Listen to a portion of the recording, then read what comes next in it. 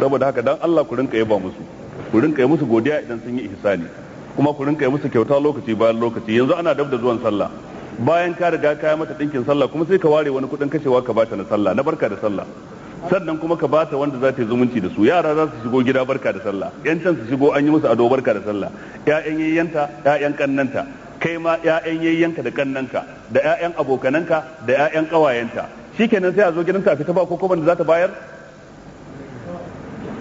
Amma idan ka ɗanyi canji ka bata, ka ɗanyi ƴan matsabbai ka bata, wannan barka da sallah ki raba yara barka da sallah, ma'ana ka fishe ta kunya. Ana biki a dangi ka dan bata kuɗin kashewa, ka fishe ta kunya. Duk wannan yana daga cikin abin da ke ƙara daɗin zama, kuma wannan abin da zaka yi shine abin da zai mai da kai cikin mafificin al'umma, tunda manzo Allah ce khairukum li ahlihi wa ana khairukum li ahli. Mafificin ku shine wanda yafi ku kyautata wa iyalinsa, ni kuwa na fi ku kyautata wa iyalina. Haka manzo Allah ya faɗa sallallahu alaihi wa alihi wa sallam. Allah ba mu ikon aikatawa.